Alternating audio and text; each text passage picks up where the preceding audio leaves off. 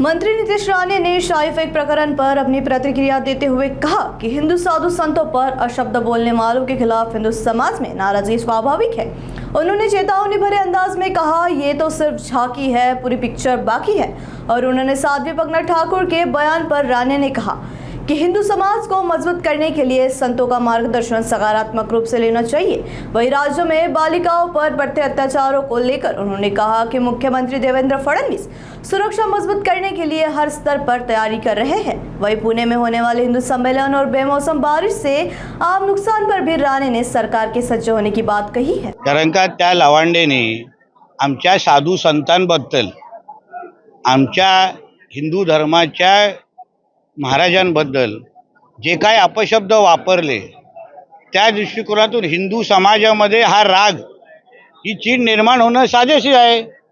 मग लवांडेने आपला थोबाड थोडं बंद केलं असतं, आमच्या हिंदू राष्ट्रामध्ये राहूनच अगर आमच्या साधू संतांवर अगर अशा पद्धतीने कोण खालच्या दर्जाची टीका करण्याची हिंमत होत असेल तर असे कार्यक्रम अपेक्षितच आहेत।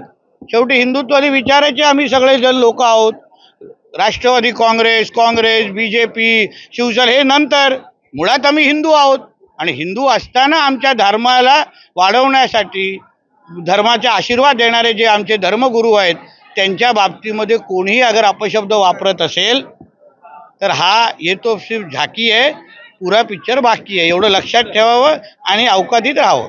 चुकीची गोष्ट नाही आहे, कारण का शेवटी आपल्या हिंदू राष्ट्राला भक्कम करण्यासाठी जे काही मार्गदर्शन आमच्या हे साधू संत आम्हाला देतात ते मार्गदर्शन सकारात्मक पद्धतीने घेऊन आपला हिंदू राष्ट्र हा अजून भक्कम कसा होईल त्या दृष्टिकोनातून सगळ्या जणांनी विचार करावा। आमच्या देवेंद्र फडणवीस साहेबांच्या सरकारच्या अंतर्गत हे जे काही केसेस ज्या होत आहेत त्याला 100% त्याला आमच्या ह्या लहान मुलींवर जे काही अत्याचार, जे काही हे होत आहेत त्याला नियंत्रणात कसं आणणं यासाठी देवेंद्र फडणवीस जी गृहमंत्री म्हणून, मुख्यमंत्री म्हणून 100% सगळ्या बाजूनी त्यांनी तयारी केलेली आहे। आपल्याला येणारे जे दिसणारे जे आकडे आहेत, येणाऱ्या काळात आपल्याला कुठेच या बाबतीमध्ये उच्चार पण करायला लागणार नाही। एवढं सुरक्षितेचे भावना आमच्या महाराष्ट्रामध्ये देवेंद्रजींच्या नेतृत्वात सगळ्या माता भगिनींसाठी निश्चित पद्धतीने तयार होईल। हिंदू संमेलन आहे आणि त्याला पुरंदरात तुम्हाला निमंत्रण दिलं। शेवटी राज्यामध्ये, देशामध्ये होणारे राष्ट्रीय स्वयंसंघाच्या जन्मशताब्दीच्या वर्षाच्या निमित्ताने गावागावात, वस्तींमध्ये, जिल्ह्यानिहाय हे हिंदू संमेलन सगळीकडेच आयोजित केलेले आहेत आणि तिथे हिंदू समाजाशी संवाद साधण्यासाठी मला आज बोलवलेलं आहे।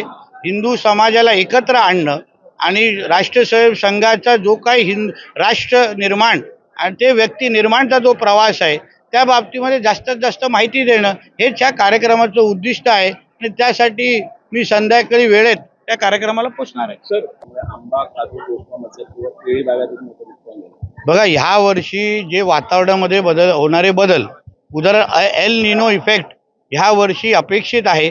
त्याच पद्धतीचे निर्देश आणि काही संदेश आमच्या प्रशासनापर्यंत आलेले आहेत आणि म्हणून वातावरणामध्ये होणारे बदल ह्याच्यावर तर आमचं कंट्रोल नाही, पण लोकांचं कमीतलं कमी नुकसान व्हावं, लोकांना गैरसोय होऊ नये या दृष्टिकोनातून प्रशासन म्हणून आम्ही सज्ज आहोत।